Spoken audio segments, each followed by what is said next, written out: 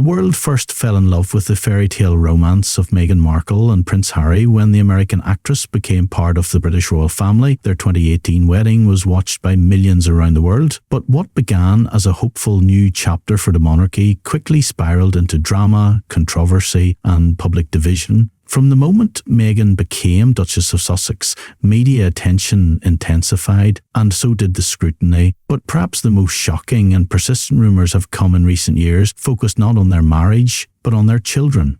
In particular, wild speculation has emerged that Meghan did not give birth to their daughter Lilibet Diana herself, and that a surrogate was secretly involved. These rumours didn't begin overnight. They started quietly, fueled by how Meghan carried herself during her pregnancies, especially with Lilibet, and how little was known about the births. With Archie, their first child, Meghan was seen hours after delivery back at home, glowing and polished. With Lilibet, born in California, there were no hospital photos, no official portraits, and minimal public information. That silence led to whispers, and those whispers grew into full-blown tabloid headlines. Some even claimed that Meghan and Harry paid a massive amount, allegedly $1,500,000, 0 cents, to a surrogate under a private contract, hiding her identity using the names John and Jane Doe. Certain gossip outlets went as far as to say the surrogate has now come forward, demanding custody of the child and threatening to expose what really happened. Royal commentator Lady Colin Campbell went public with sharp accusations, saying the situation stinks to high heaven and that the couple needed to be transparent. Others pointed fingers at Meghan's estranged relatives, including her father Thomas Markle and half-sister Samantha Markle, who made vague references to frozen eggs and questioned the legitimacy of the royal births. As the story grew legs, conspiracy videos, online blogs, and social media threads added fuel to the fire. At one point, a woman named Maria Gonzalez even claimed she had been the real surrogate, offering supposed documentation and emotional appeals online, though none of it was backed by evidence. These claims, while outrageous, began to pressure the royal family. Reports surfaced that Buckingham Palace was being urged to investigate the births of Archie and Lily and remove them from the line of succession, unless proof of Meghan's pregnancies could be provided. At this point, the palace took an unusual step, issuing a quiet but firm statement denying all surrogacy rumours. They confirmed that both children were born via natural deliveries and that all legal birth certificates were properly documented. But even this wasn't enough to silence the conspiracy theorists. After all, Meghan and Harry are known for fiercely guarding their privacy, and in a world where mystery breeds speculation, silence can be dangerous. Then, on their wedding anniversary, Meghan made what many considered a subtle but powerful move. She shared an image online showing herself during pregnancy holding her baby bump during an ultrasound appointment. While it didn't prove anything in the eyes of skeptics, her supporters saw it as a message. I carried my child. Believe it or not, this is our truth. Still, privacy laws, especially in the UK and US, prevent the release of personal medical records, and Meghan and Harry have shown no interest in entertaining invasive demands from the media. Today, the story still floats around the internet. No lawsuits have been confirmed, no court filings have appeared regarding custody or surrogacy, and no credible media outlets have backed any of the more extreme claims, yet the rumours persist. And that's the burden of being a public figure in the digital age, especially one who dared to walk away from royalty. Meghan and Harry's journey has been anything but simple. They left the royal family for a quieter life, but in doing so, they triggered a wave of speculation that never seems to end. Whether true or false, this story reveals something deeper: how quickly truth can be buried under gossip, and how privacy is often mistaken for guilt. As the headlines fade and the facts remain unchanged, one thing is certain: Meghan and Harry are writing their own story, whether the world believes it or not. If the surrogacy rumours are false, as all official records suggest, then this entire media storm is a reminder of how far people will go to chase drama. But if there's even a grain of truth hidden in it all, the couple may someday have more explaining to do. Until then, the public remains divided, some cheering them on as victims of relentless harassment and others waiting for the next shocking chapter to unfold. And as the dust settles, another wave of stories continues to emerge, not just about Meghan and Harry's children, but about the future of their relationship itself. In early 2025, fresh speculation broke out in US media suggesting that Meghan's team was quietly shopping around a book idea, one centred on life after a possible divorce from Prince Harry. The mere suggestion ignited a firestorm. Was their fairy tale crumbling behind the scenes? Had the pressure of public life, the constant criticism, and years of fighting for privacy finally driven a wedge between them? Meghan's representatives denied the reports, calling them baseless, but the whispers only grew louder. Meanwhile, Harry has reportedly been expressing a desire for his children, Archie and Lilibet, to have the option to be working royals in the future, even though he himself stepped back from those duties. Some insiders claim this dream is unrealistic, especially under Prince William's likely future reign as king.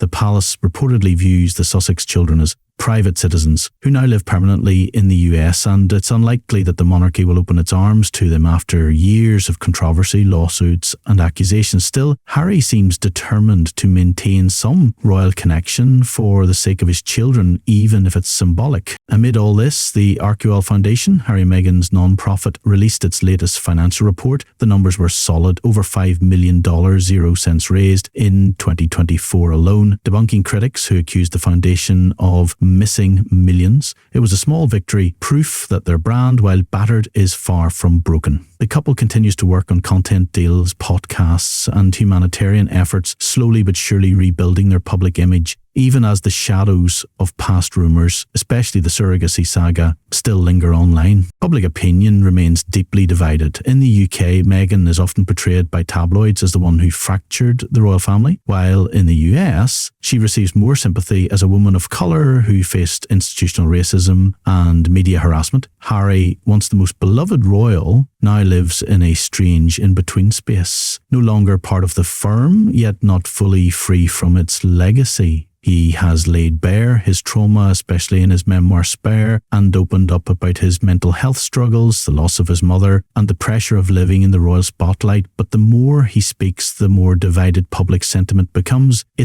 Then there's the question of what comes next. Will Meghan and Harry eventually return to the UK in any formal capacity? Will they continue to build their media empire in the United States away from royal titles and scrutiny? Will the children ever know a life close to the crown, or grow up entirely as California citizens, unaware of the full weight of their lineage? The truth is, the Meghan and Harry story is far from over. It's not just a tale of love and rebellion, it's a modern royal epic filled with tension, trauma, privacy battles, global media scrutiny, and deeply human moments.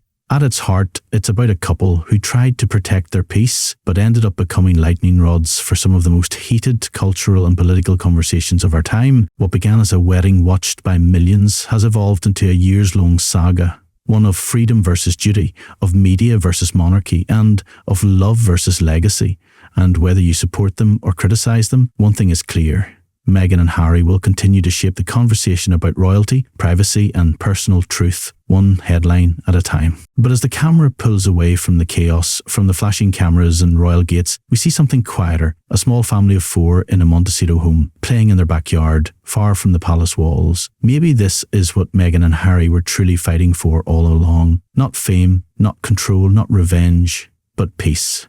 A chance to raise their children on their own terms, out of the tabloids and into the sunlight. And maybe, just maybe, that's something everyone deserves. Even as the headlines cool and the interviews grow less frequent, the ripple effects of Meghan and Harry's decisions still echo through the walls of Buckingham Palace. Their departure wasn't just physical, it was symbolic. A rejection of centuries-old tradition, a refusal to play the silent role expected of royals. It shook the monarchy at its core. And while the British establishment tried to move on, the space left behind by Harry, once Diana's golden son, could not be easily filled.